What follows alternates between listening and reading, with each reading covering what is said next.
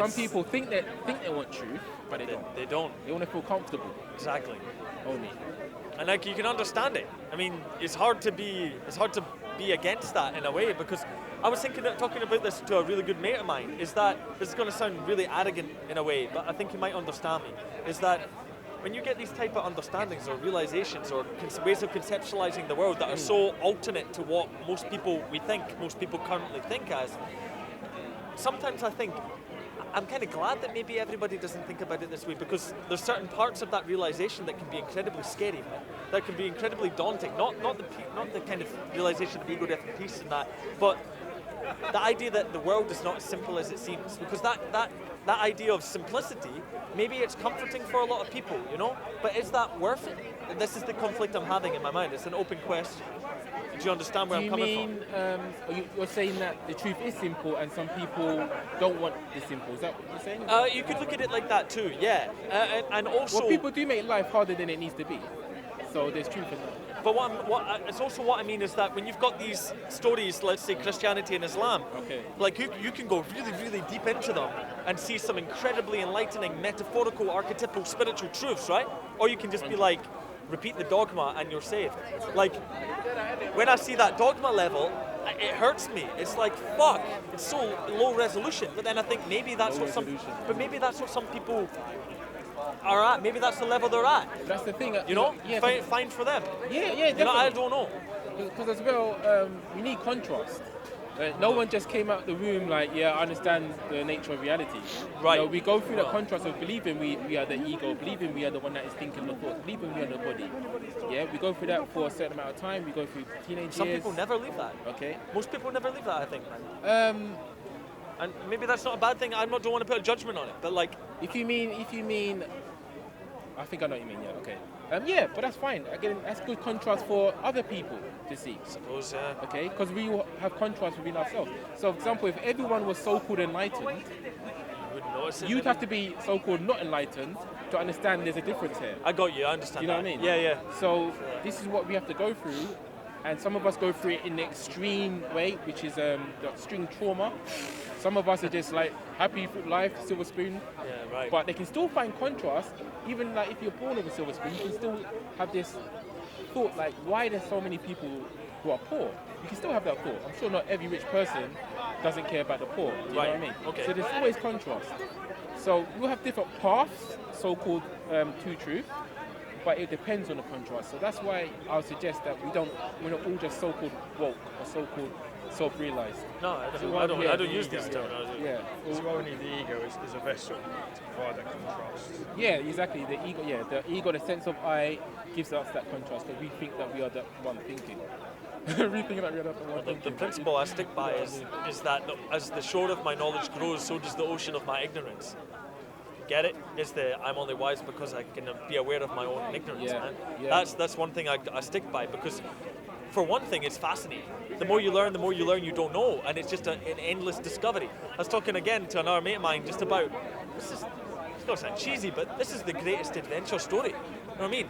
100%. Like what are we? Where are we? What are we from? Because we read books and you watch Game of Thrones and you read all these like sci-fi. I had Game of Thrones in my mind before you said that. I mean, we read about it, their history, and there's dragons or there's spaceships and there's aliens, and we're making that up from our mind, which is great. But we are living in the most ridiculous adventure story. Yeah, the most mystery. We don't know anything about it, and to come to that realization, it feels like I separate and I'm just like fuck, and I come back in.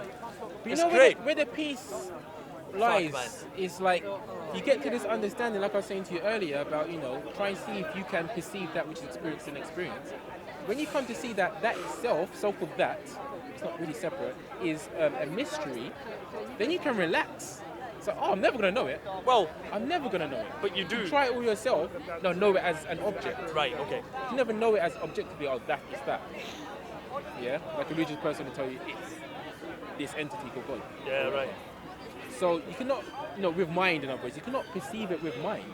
When you understand that, a weight of comes off your shoulders. So, it's a mystery. But I am that.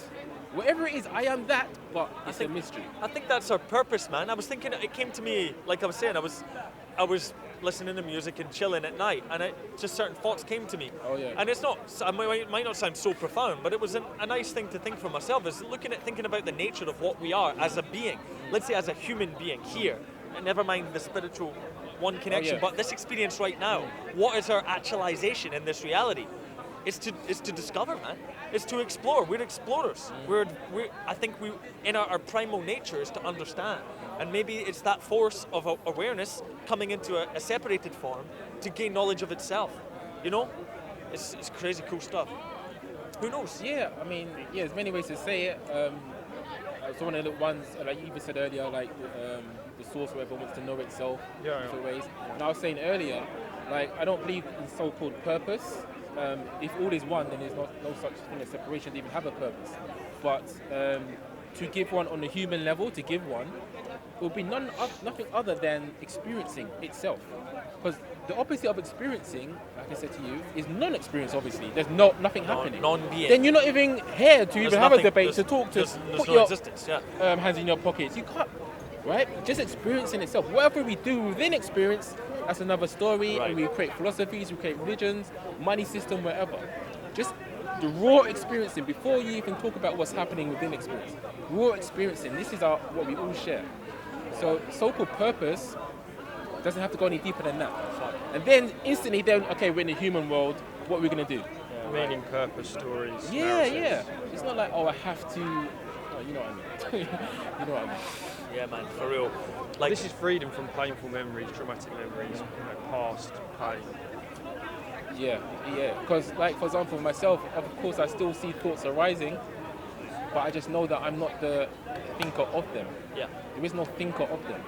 You can try and find a thinker, but that too is a thought. Yeah. So it's like, and I'm at peace with that.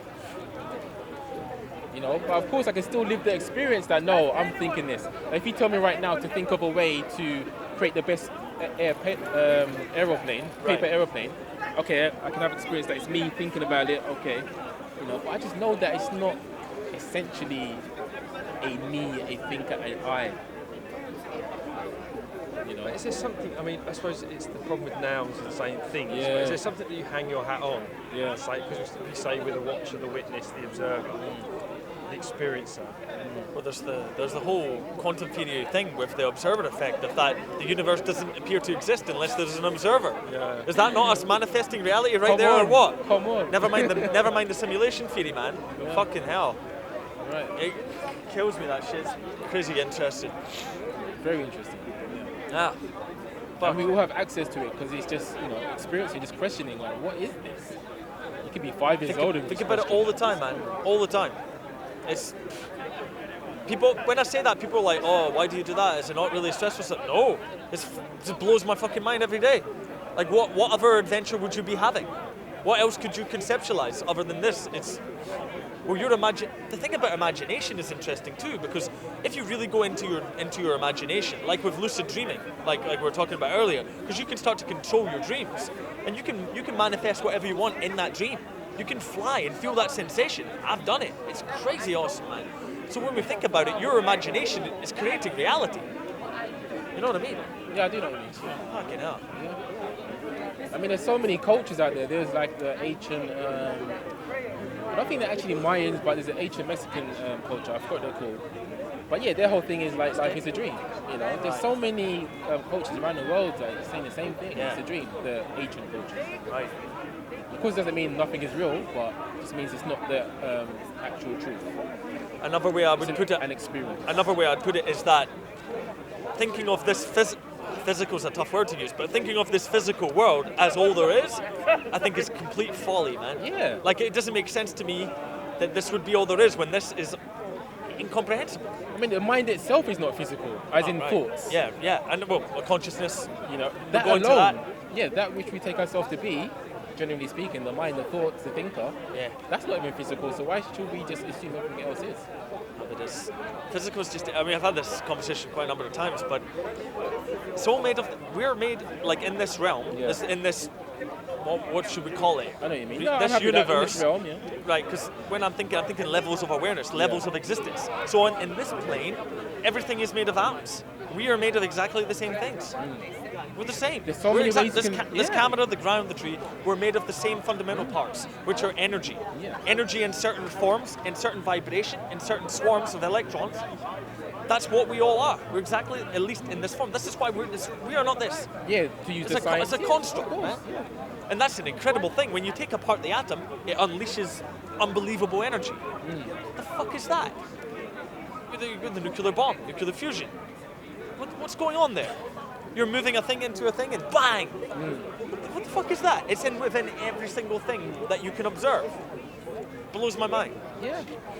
And we're going around thinking that, this is right, this is truth, this is absolute. And what are you talking about, man? What is this? I think It's the practical application, though, isn't it? I mean, it's one thing knowing it. Well, that's the thing, yeah. There's knowing it so-called intellectually, and there's truly just beyond doubt And experiencing it, experientially and then there's knowing practical it. application. Yeah, right. Because I understood it Still mentally. live within the story. Great, yeah. Live within the story. I understood it mentally. Before so-called had the awakening experience. I truly understood it mentally. I went as far as I could though, but I knew I had to. It was still just belief, still theory. until you experienced it. Yeah, until I experienced it, it's like, well, knocked everything out of the park. What about you, man? If you had you done any psychedelic or had any of these experiences we're talking about, man? No, I mean, I've got an ayahuasca retreat coming up in June. Oh, yeah? Yeah, I think I'm on meds at the moment, so you can't really mix it with SSRIs, antidepressants. With ayahuasca, right. You're asking for a bit of trouble, serotonin, toxicity, and stuff right. like that. But I thought I needed that. I needed one of those sort of experiences, the psychedelic experiences, to maybe just open the floodgates and just get closer to it. Okay, yeah. But then, as you keep saying, it's here. Fuck, bro, that's. So don't want to interrupt you, but the book I was telling you about, not the first one, the second one, the archetype of initiation. I need to fucking finish it, right? But it's talking about this. Is when people are searching for, they call it a liminal experience, or was it luminoid? I can't remember. It was one of the two. It means people are searching for the spiritual connection to a realm that they know is different from the profane. It's an idea that this realm is profane, and there's an alternate level of understanding that is sacred, and people need to tap into that for our spiritual health. Psychological, you could call it too, but spiritual health. And people go and search for that in various ways, like going on pilgrimage is one thing, going on spiritual retreats, going on special holidays, or like this ayahuasca trip. Like you're searching for meaning, maybe. You're searching for deeper understanding. This is a fundamental human drive. It's fascinating. Yeah. And we're lacking that. People saying we're lacking that as a formalized thing within society, and that because of that lack, there's a lot of problems. That's the theory. There you go. Interesting. Okay. Never seen that before. Yeah, but don't think that you have to deny yourself that experience. Even though I'm saying, and I'm still sticking by it, you don't have to, because it is already here. Where else could it be but here? You can still get some benefit, even if it's just insofar as having an experience, and it's completely safe as well. Well, actually, I assume you're doing it with reputable people. Not just like. What are you talking about there? You're ayahuasca. Oh, yeah. Yeah, I assume. Yeah, I did it, for example, with some shamans. It's It's very loving shamans, space. Yeah, controlled, music safe and environment, If you're doing it like that and singing and all of that, so that's good. But some people order it online and do it by themselves, like it's more crazy. Yeah, man. For real. You're gonna walk in the realm really of the open gods. yourself up. Yeah. So yeah, doing it like that, you're definitely gonna get benefit. At the very least, in just seeing how slippery reality is. How slippery that was. Slippery. Yeah. Like this, right now, like how you say perceive you are this here, can in the completely next change. moment, that's exactly. Completely in the change. next moment, you can be for sure know that you're in ancient Egypt.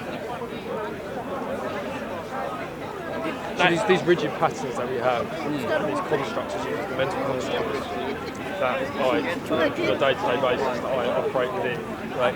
All of that starts to become a little bit starts to become, those boundaries become looser. You can boundaries loose, right. We're open to interpretation. Well, you can throw them away. You can move in and out of them. Yeah, that's the thing. That's why I say about choosing. Yeah, moving in and out. Yeah. So of course one doesn't deny the human experience at all. I never do that. I can't deny that I feel like I'm doing this. It's just a deeper level.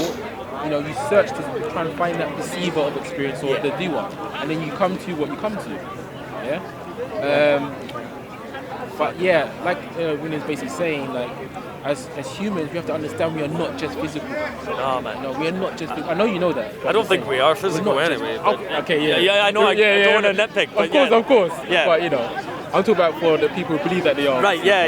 You have to start there. Fuck. Yeah, you have to start there. Fuck, that's crazy world, crazy times, man. Fuck, I don't get it. Even though like, our very thoughts themselves, are not even physical. Yeah, I'm physical.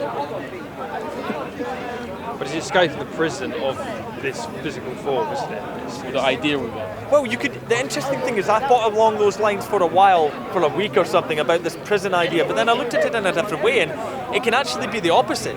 Existing in this physical plane within a body allows you a particular experience. Oh yeah, 100%. It can allow you to experience energy in a certain way. It's amazing. The body's amazing. It's difficult to articulate what I'm trying to say, but I think it's a bad thing to look at the body as a prison or this reality as a prison, because it's not. I think it's a realm where you can gain something from it. Yeah. I think that's it. Because I think maybe, I don't know what I'm talking about here, who knows what if I'm right, but the feelings from it.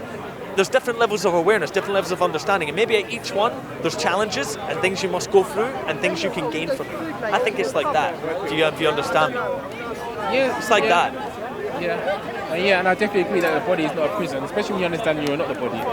For real. That's the whole thing. Like, because I remember I even wrote something on the internet many years ago. This is way before I was even into spirituality. That basically, as a young kid, maybe 10 up to teenage years, maybe in my mid-20s, right?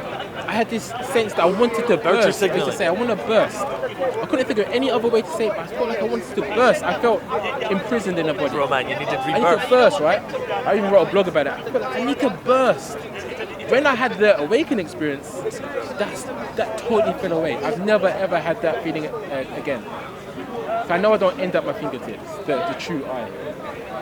So that sense of, yes, I am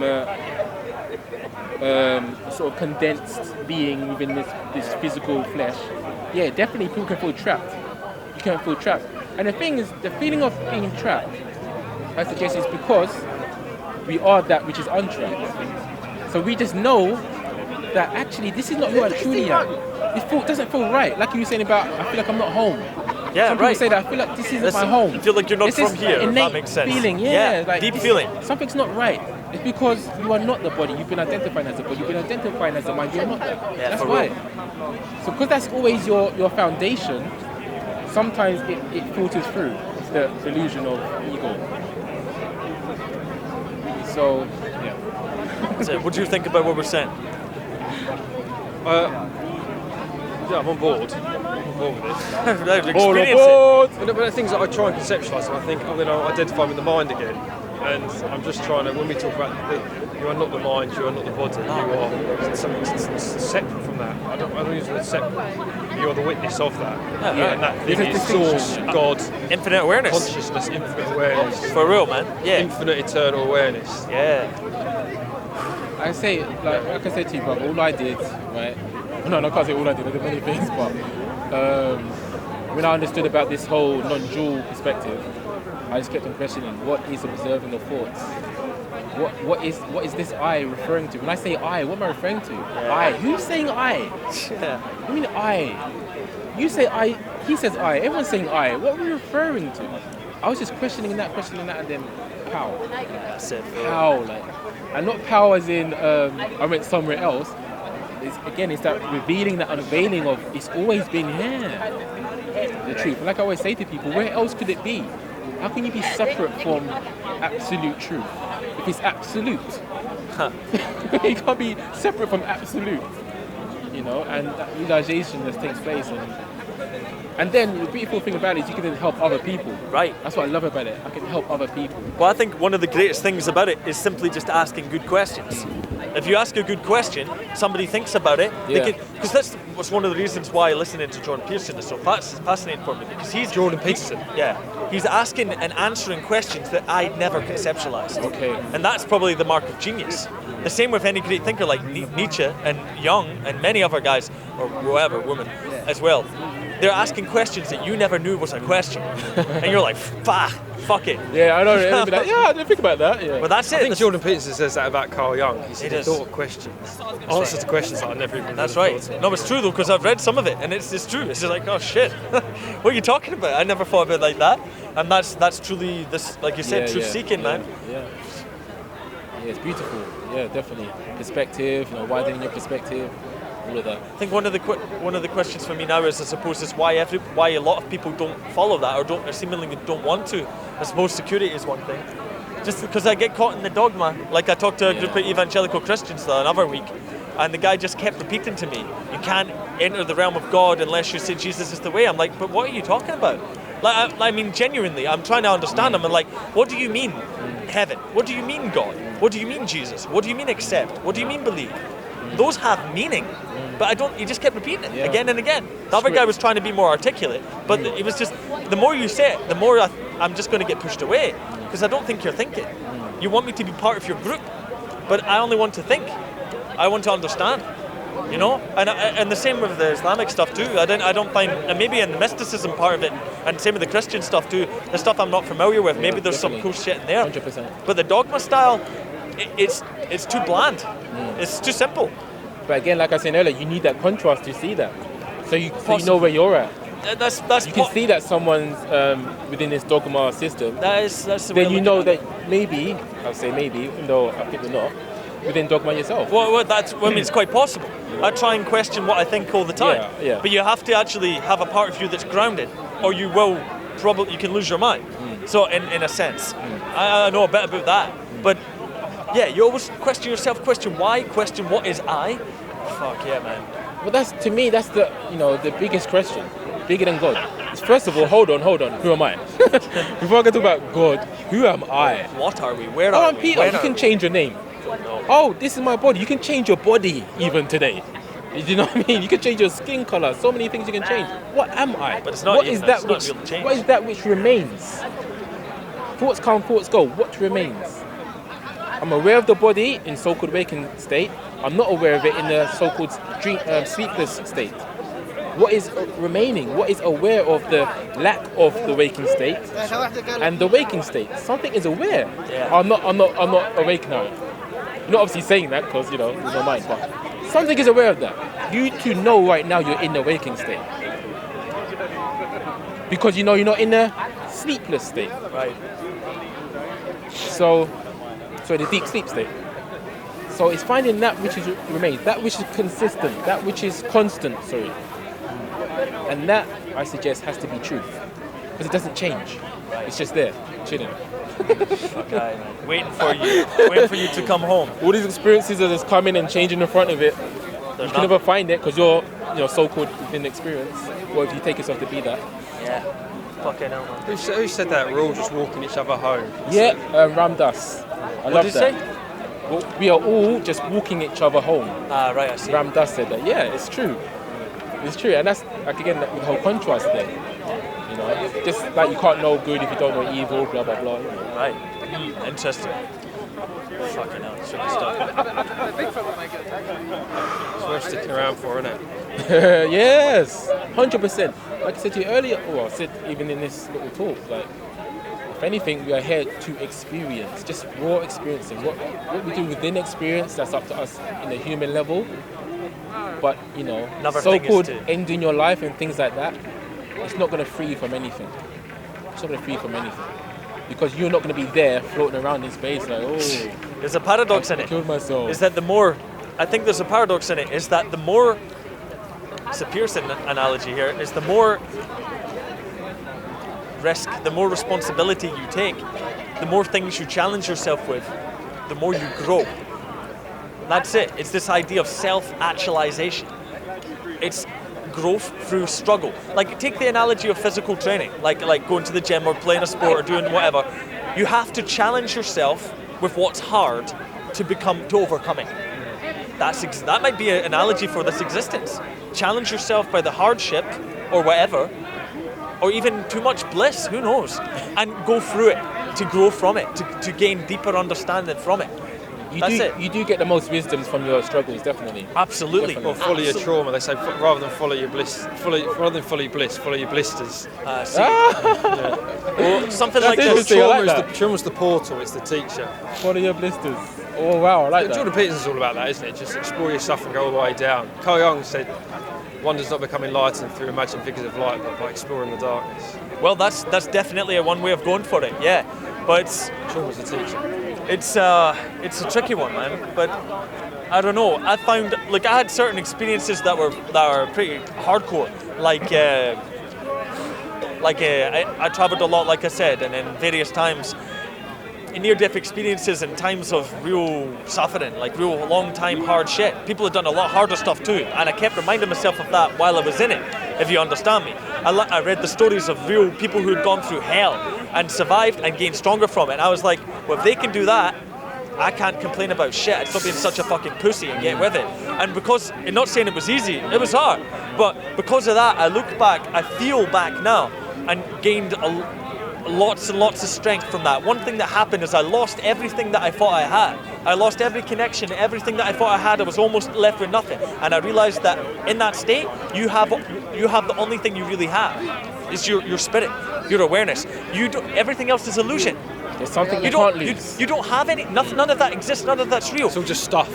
It's just stuff. Yeah. It's just stuff. Right, yeah, but it's like all those things, what you thought was part of your identity, Yes. stripped away, bang, it's you, and you realize that nothing can harm you.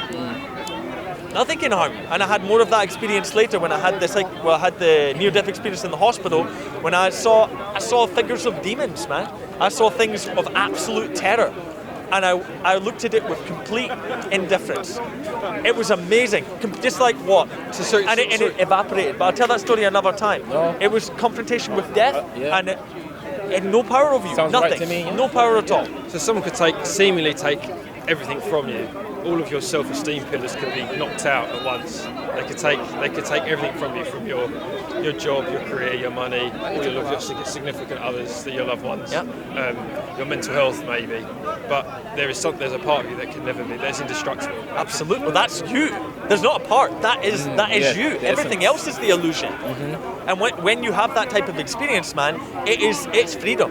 It's like that feeling of freedom, man. Because I had experiences where I lost 10 kilograms of body weight. I was basically living on the street in Spain. I had some real hard times, man. The relationship I was in became extremely bad. I lost all connections with all other people. I was on the path to death, man. I had extremely hard times. I wouldn't wish that on anyone. I met some real malevolent people in my life. I wouldn't wish that on them, because that was hell that you couldn't control. I watched my mental health cycle down, and I didn't know how to stop it. I didn't know how to realize it. I wrote it all down, man. I wrote all these things down. Coming back from that. Yeah, really. well, it wasn't this. Who knows what it was, man? But I've been in a lot of times where I think quite often I sit there thinking, I get really quite emotional about it. I think I shouldn't have made it out of any of this. I shouldn't have made it out. And then I told you I went to that place there and I had a lot of confrontation with death there. Okay, yeah. So it's those type of experiences that can show you the reality. They show you the depth of reality. That this is not what it seems. That you are not what you think you are. That you are basically invulnerable. You have to realize your power. Yeah. You know, I'm on camera. I'm on psychiatric. I'm medicated on psychiatric. I'm surrounded by schizophrenics and psychotics and bipolars. Right. And I'm a coherent guy. I'm level-headed, but I've experienced what I would define as extreme suffering, trauma, stuff that it's overwhelming. I see. And it's been like a descent into madness. Right. So that's the only place I've actually found stability. Okay. And I just resonate with the story you just told me there about you, where you felt you lost everything. That was extremely hard. Yeah. And I was going to ask you, malevolence. You said you encountered malevolent people. Oh yeah, absolutely. How do you feel towards those evil people, the destructive ones, the narcissists, the sociopaths, the ones who are fucking out to get you? Because I've encountered them as well, and they've left me very sick. I see. Well, that's something like. I need to be careful with what I say, because I've got my own understanding of these things, and my own understanding might not work well with others, if you understand me, right? That's fair. Because I'm not wise enough to know what to say, really. But because with the experiences that I had afterwards, because I have experienced ego death. like what he's talking about, where what you think you are is past, and you feel this unbelievable sense of love, man. You feel surging, overpowering, white hot, soaring love, and you fly. That, and everything is good. That love extends to everything. Because in that state, there's no malevolent people. We're all part of the same thing. We're all in a strange experience here, and that force of love is the most powerful thing there is, man. It sounds super cheesy, but that's what it is. Agape, they call it. What? This is a Sanskrit term, agape. I've never heard that, but Love for all things, the good men and the bad men, the whole creation. The other way of looking at it is that the capacity for evil exists within all of us, and I think that's what makes us gods. Yeah. I know I say plural, but that's what makes us God. I know what you mean. Because we can actualize what we consider to be good. We can actualize what we consider to be evil. We have creation and destruction within our capabilities, and everyone's putting this off to a God. But we're doing it right now. That's what I'm saying. So we all have the capacity to be malevolent. We can choose not to. We can be benevolent. We can make those choices, and that makes us powerful. I wonder if rather than term it malevolence, you could call it complexity. The complexity of human life, complexity of human behaviour. Yeah. We're very complex creatures. For real. That's true, I suppose. Because the mind is complex. Yeah. But is that the point though? Is that if you identify with the mind, it becomes complex, but it should be simplicity. Yes, yeah. The mind is a distraction. When you believe, seemingly, that's the thing. Seemingly it's a distraction, but who's it distracting? Because you believe you are the mind, so how can the mind distract itself? For example, getting all Buddhist now. Have you heard the term, what is the sound of the one-hand clap? It's a koan, Buddhist or Zen koan. What is the sound of a one-hand clap? Actually, you know what? I'm just going to leave that with you. I'm not going to give so-called the answer because the whole point is to investigate yourself. What is the sound of the one-hand clap? Yeah, just ruminate with that later on. But yeah, basically, the mind, it seems to be bothering us, but when we see there is not a solid me, a solid I, which even scientists say, some scientists, not all obviously. Yeah, right. Then it can't bother you because it can't even touch you. Because the you is, you start to see that it's that which is imperceivable. How can the imperceivable suffer? It's the space right now suffering. How can it suffer? It's not even physical, let alone, it's nothing. It's not a thing. Yeah? So the mind is, and this is what I believe, by the way, I believe the devil in religious scriptures is actually the ego. Oh yeah. And what tempts us? The mind, the thoughts. What tempts in the Bible Quran? The devil. That's what it is, it's symbology of that. Yeah, when we see that it's a lie, like they say the devil is a lie, that's his greatest trick. His greatest trick, is make us believe that he exists, exactly. It's similar to the ego. It's his greatest trick is making us believe that it is who we are. We are just this ego, just this mind, just this thought, just the past. It's actually not you at all. Yeah. There isn't a you, actually. Yeah, we'll find it. That's the thing, the thing about this is find it. But the thing about this talk, it's not like you go to someone and say, this is the truth. Like, certain other people, a scientist will say, or an atheist will say, or a religious person might say, it's definitely not this, or it definitely is this. Yeah? What we're saying, or myself at least, is look for yourself. I've got some pointers for you. That's what I tell everyone. Look for yourself. Can you find an experiencer of experience? Right. Like, they'll say, yeah, then, that's not the story. It's funny when they say, yeah. Yeah, I see him. So what is seeing that? I know. Tough times. Crazy world. I never know if I'm going to end up talking here, but had a few good conversations with yourself. It's good. Well, it's a bit of variety, man, because the normal chat is not this. No. So contrast. It's certainly not enough of this. I think it. I feel that egos, playground of egos, isn't it? Right. That's a good point. I feel that it would be beneficial having more of these conversations with more people, man. Yeah, and for the simple reason, just to build on what you're saying, that as humanity, we've all got things that we are suffering from. We all have these problems with our mind. When I say all, I mean many people. Right. Yeah. The traumas, the who the hell am I? The looking for truth. That's why someone becomes a Christian or a Muslim, because they were looking for truth. They were looking for a way out of their suffering. And the many people who convert, you often have the same story. I used to be a drunk. I used to be a bad person. I was in jail. Yeah, they're seeking that peace. Yeah, so we're all seeking peace, guidance, but in different at least, ways. you know? Guidance, peace. Yeah, they're seeking it in different ways. So definitely, it's valid to have these type of talks, because everyone can, people can put on the front, particularly at Speaker's Corner, like, yeah, everything's fine because I found Allah, because I find Jesus, so everything's fine. Right. They go home, many of them could be depressed. Right. They might be going through something. Now, everyone's going through something. How are you handling that? Is your book really enough? If it is, then fine. But many are definitely not finding complete solace in their religion. I think it's Especially if they're born into it. right. I would agree with that. Yeah, I would agree with that for real. Just the aspect. I don't know how to say this. I think it depends on the. I don't want to sound like a broken record, but the level of analysis, like the level of the level of awareness. Because for some people it might be enough. Yeah. But, That's but fine. if it's not, they'll need to keep looking. Yeah. And if it's looking's the wrong word, but you don't understand me. Yeah. They'll need to keep endeavouring into questioning the self. And if you can, because like you say, the books, at certain levels, they won't give you those answers. It might not be sufficient, and then you've got to delve into it, and those depths can be really, really dangerous. Man, Jung talks about that as, man, it's no place to fuck around. Like going into the depths of the psyche, going into the shadow, the dark side of the humanity, it's no place to fuck around, man. It's really important, because you can start to think many things, but you can start to think that, well, the world is not worth existing. Every suffering is too powerful. We should eliminate all existence. And people think that, people act on that, you have mass shootings, this is why it happens. There's a lot of reasons, but that's my understanding of it. That's running on the premise, for one thing, that's running on the premise that suffering is bad. But maybe without challenge, like I keep saying, maybe you can never actualize. If you don't have good and evil, if you don't have struggle and suffering, how can you progress? At least in this realm. For me, it has value.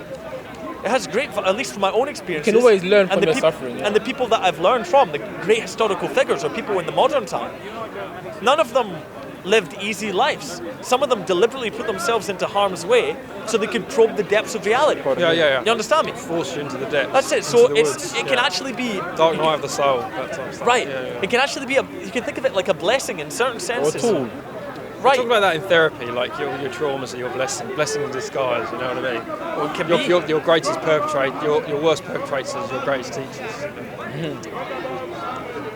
I suppose we're like, if you talk about Jung, we're studying the mind, we're studying the depths of the psyche. It's still mind identification. You know? Yeah. That's what psychology is. You're studying the complexity of the mind. But then, it's just the two-pronged approach. You've got the psychology, identify with the mind, and you have spirituality. Vita, non-duality, the simplicity of separating from that complexity. If I, that's the way I perceive it. Yeah, you can still find peace within mind, even if it's just, I don't know, I got married, like now I'm happy, or I have money, like that's a mind happiness. Of course, as we know, that type of happiness comes and goes.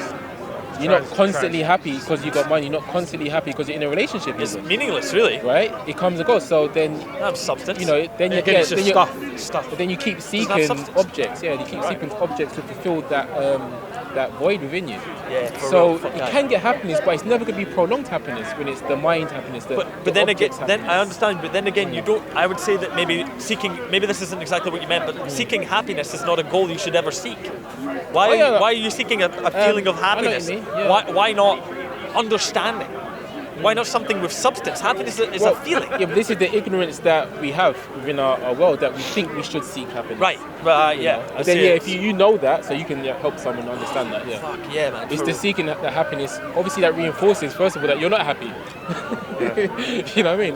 Yeah, it's a very good point you make. Why is happiness the apotheosis? It shouldn't be at all. It should be the deeper meaning, really. For real. Yeah. Challenge yourself. Happiness is a nice byproduct, as you say. But here's a question for you. It would work with a bigger group of people too, but I think you guys have fought this shit before, right? But when do you feel most engaged? When do you feel most, I don't know how to say it, enlivened, vigorous? You feel those in those moments of tension. You feel those in the moments, not necessarily bad, I don't know how to express myself. Alive? I mean, when you feel most alive? No. When you feel most alive, or when you feel that reality is most vivid. Usually when time stops. Always. Right? When you understand, when that Yeah. feeling of time stops, when you get time dilation, or when you go into they call it a flow state of mind. In those, it's not even mind, it stops. And you experience, you are aware. Those moments there, that's, I don't know how to describe it, man. Those are the feelings that give you like a grip on something. If that makes sense to you. Happiness does not. Sadness does not. But this interaction, this interaction with the world, this interaction with nature or reality, that gives you a grip, man. Tension, I think, maybe. I don't know how to describe it. That's the best I could do, really. Like, for example, coming here and talking to people, for me, is an extremely stimulating activity. I love getting into like this one and other discussions with people that I've never met before, people that really disagree, whatever. It's really interesting when you get into that zone because you're trying to understand where the person's coming from, hopefully. You're trying to understand what they might be thinking or how they think and see about picking out things and moving around because I just want to discuss ideas. I don't want to push an agenda on anything. Right? So that's my view, and for me it's incredibly stimulating. Sometimes I walk away after coming to a good session at the park and my mind feels fully alive, you know? Because you're actually working your cognitive ability. I suppose because none of us have a position, we're all positioned with something, really. These people have agendas, they have dogmas. Yeah, dogma is so It's coercion, it's power, it's control, whereas we are without the position. Well, you two may be further along the path, even though it's not a path. Yeah, I know what you mean. I don't know, semantics, isn't it? Yeah, I use my words very carefully Yeah. to pick me up on what I'm saying. But, I think you two seem to have a better grasp of this stuff than I do. But it's there is no sort of as I said earlier, it's just flow. Yeah, it's about looking for yourself.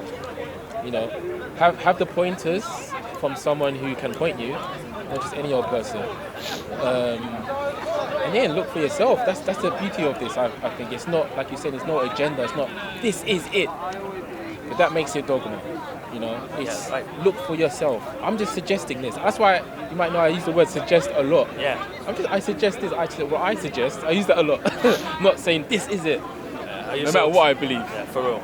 You know? No, it's important to be accurate with your speech as much as you can. Particularly here. Yeah, right. Exactly. For you, it seems like it was conscious intentions rather than suffering and like experiencing challenges in life and trauma. It was more just a conscious. Oh, you mean why I wanted to wake up? Yeah. No, it was a bit of suffering as well. Not like the most crazy trauma, heavy trauma in the world, but no, I definitely wanted this freedom. Like I said, brother, earlier, when I was younger, like, I don't know, like I said, maybe age 5 to, 19, 20, 25, whatever.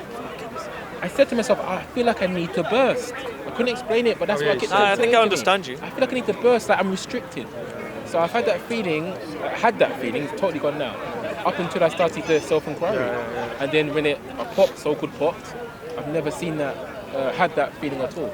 You need to burn yourself up and regrow, man. Yeah, man. Rebirth, as they call it, or whatever you call it, resurrection, whatever you call it, phoenix, legendary bird. So the suffering in your life now is fleeting.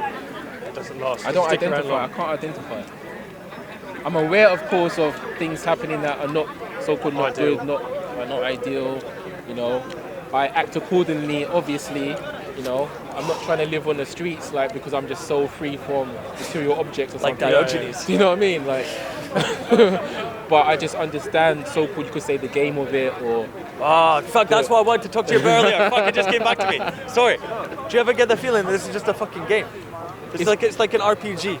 Yeah, I know what you mean. I know, yeah. Sometimes it feels like that, man. This is the craziest, like already said, the craziest adventure, but it's like it's a game, and the more you realize it's a game, the more you separate your I from it. That there isn't an I, and you're like, well, there's stuff that you can do, and there might be purpose to it, you know, and maybe your consciousness has great purpose on a level that you can't understand. That's why I understand where they're coming from, but that's why I don't get the nihilists or the radical atheists. It's like, you don't have infinite knowledge, so how can you hold that position?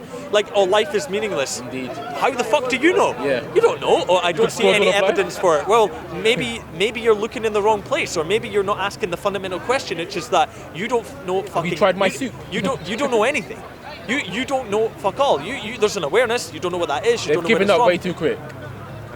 It's cowardice, man. Yeah. It's cowardice. Like, don't confront reality. Just be like, oh, it's meaningless. But Fuck again, reality. Well, no, fuck you. But again, I completely agree stance. with you. Completely agree with you. But again, we need that as contrast. Again, you see that, like the nihilists, like, I'm going to like, disagree with you. I don't. But how can you know where you're at if you don't see that some people see the world? I'll tell you why. I'll tell you why. Because these if you haven't experienced for me, it. these are all people who take life a bit too seriously. They've taken a position, The nihilists. and a stance. Well, all these people, these are the radical atheists, the religious. Well, yeah, if you make a nihilists, stance, then yeah, you have made it serious. you're taking it far too seriously, and you are then sort of stuck in the mud. Oh, it could be, yeah. So what I was saying is that Yeah. I don't know. I don't think it needs. Maybe it is, but I don't see why it would need to be externally actualized in the real world by somebody else displaying that position for you to understand the contrast. That's a mouthful, right? What I No, mean but I is that understood you. why is it you can like because I feel that I could understand the position of nihilists without seeing an external nihilist. And maybe I have that contrasting idea within my conscious ability, ability to pick out ideas and go, well, that to that. Nah. But the only reason, I don't know if it but the needs to only reason exist. you do have it is because either A, because there are nihilists, or as a term, or there's that thought within you. But that's what I'm saying. That's what I'm saying. That's what I said. That's what I'm saying. That So, thought. yeah, That's all. yeah. So you don't need the external one. No, but that thought is also the same thought as within them. Yeah, but they're living it, and I'm just considering it. Like you know what I mean? You can hold two contradictory ideas and let them fight in your mind, without needing to see somebody who's like, yes, I'm a hardcore nihilist. It's I like, totally hear what you're saying, but still, I would suggest that it makes it more clear. oh, well, okay, maybe. It makes it way more clear. Like, okay, yeah, I'm not on that level. I don't like to say that there's a necessity for it. Maybe there is. I don't fucking know. I don't know. I'm getting cold and tired, man. I need to boost this. I need to go, man. Fuck. These guys chilling in the park in their tents. I bet they wish they had So, I some mean, cold. for example, I didn't even know of the term nihilism till, I don't know, maybe 2 years ago. All right. I didn't even know of it. So because I know of it now, I know that there's some people who are really like in the depths of life is crap, like life is meaningless. I didn't even know that. Well, yeah. You know what I mean? So, So from my experience at least, maybe not for you, my experience, it's helped me understand that there's some people like that. well, I've never had a thought like that. Well, I've never had thoughts like that either, but I mean, I've been able to understand those thoughts. It's not something that I was like, yeah, I agree with that, but I was like, people think like that, but why? I was like that. Well, again, you use the contrast of people think like that. I could think that thought of my own, and then contrast it within my own mind. But But it's still contrast, nevertheless. well, yeah, How do those people operate in the world, the nihilists? it's a good question. They don't. There's an interesting thing is that some people this is something that's really hard to come to terms with. It's like the confrontation with malevolence, like actually realizing that some people are out there to deliberately cause harm for the fuck of it.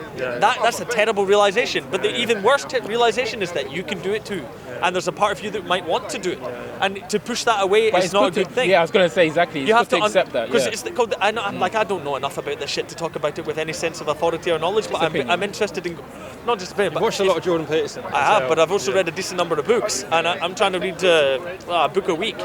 So from the last year, 2 years, yeah. Anyway, so you've got to keep going into those realms of knowledge, try and keep expanding the way you think. Okay, so the integration of the shadow, they say, and that's one of the ways to become a fully integrated person. So you're not scattered, and I barely understand what these words mean, but it's there.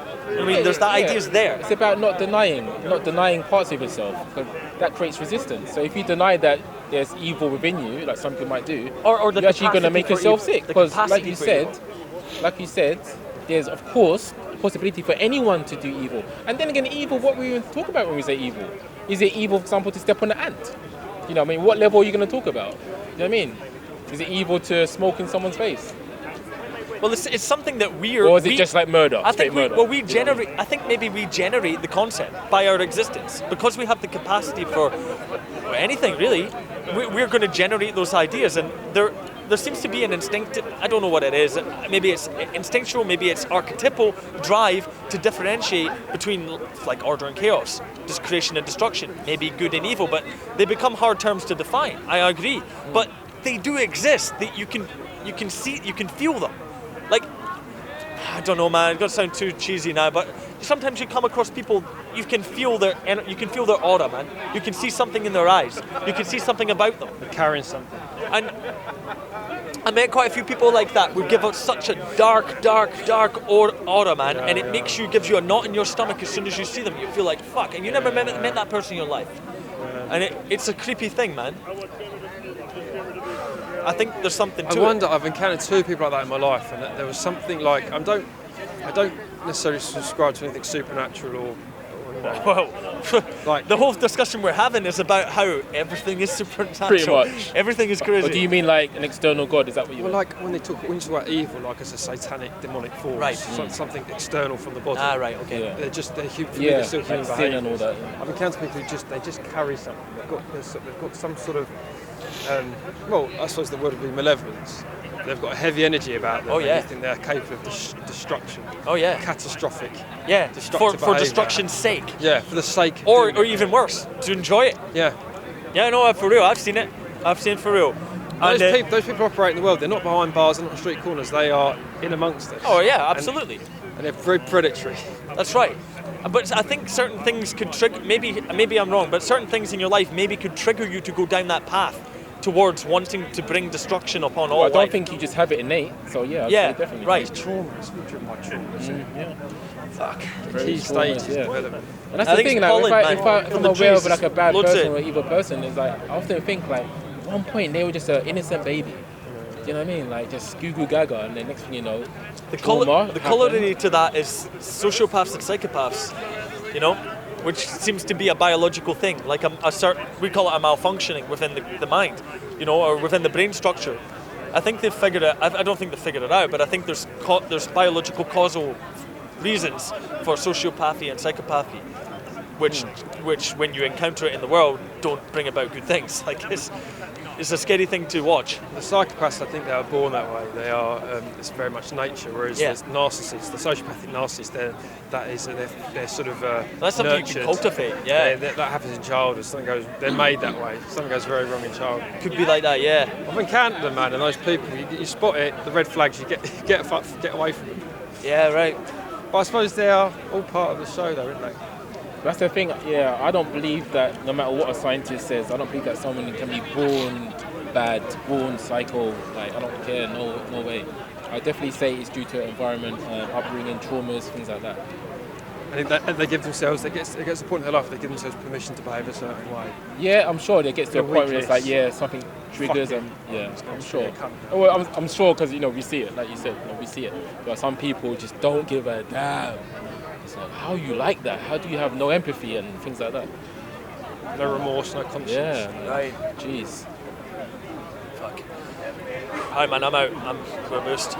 Good, someone had to say it because Yeah, I'm cold too. See you later, man. See you later. Cheers. See you later, bro. Yes, brother. Catch you. Cheers. Pleasure. Nice Yes, to see you again. as always. Yeah. Yes. We'll reconvene. Yes. I love this stuff, man. Yeah. It's life-saving stuff. It's fun, like we were saying, it's fun. At the very least, it's interesting. So at the very least, it's interesting. Well, I mean, it's all there is to do is to go on that journey, isn't there? Go on that inward journey. yeah. For someone who's on a psychiatric ward full of fucking medication, full of drugs, You don't want it, obviously. no, Exactly. I need to be there. But Yeah. I'm suffering. And I'm wrestling with my past. I can't find my way out of the woods, man. But I know there must be. 'Cause there has to be. You are that which you perceive in the woods, as you know. Right? Yeah. I know you know this, but it's that, like we say, journeyless journey. I think it's my. But don't give up. Yeah. You know. It's my egoic personality structure that is suffering. Also, what I find, just in speaking to other people who've had awakening experiences, or even with myself, is when you start, let's say, the truth starts being presented to you in whichever fashion, the ego then plays up even harder, even tougher. It puts on both gloves. You might keep repeating the past to you. It might say, do something bad, whatever. So, when we're at the sort of at the worst, that's when we're being challenged the most, and that's when we have to not put our gloves down. We have to keep going, and when we get through the other side, we find that peace that we're seeking. Because eventually we come to see that we've never ever been, essentially speaking, of course, the thoughts, the past, the thought of the past, the so-called mind, the ego, that I. Again, what is I referring to? What is it referring to? That is the most profound, possibly question ever. What is I referring to? Just say I, just really nearly I. Oh, me, but are you the body though? Can you stop aging? do you choose well, what do you choose? Do you choose the very thoughts that you perceive?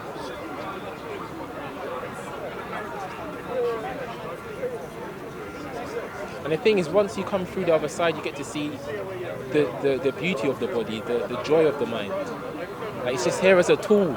It's just a tool so I can do this and do this. So I can walk and eat and just experience. It's a tool. I'm not born to suffer. Yeah, no. I'm not born to suffer. No.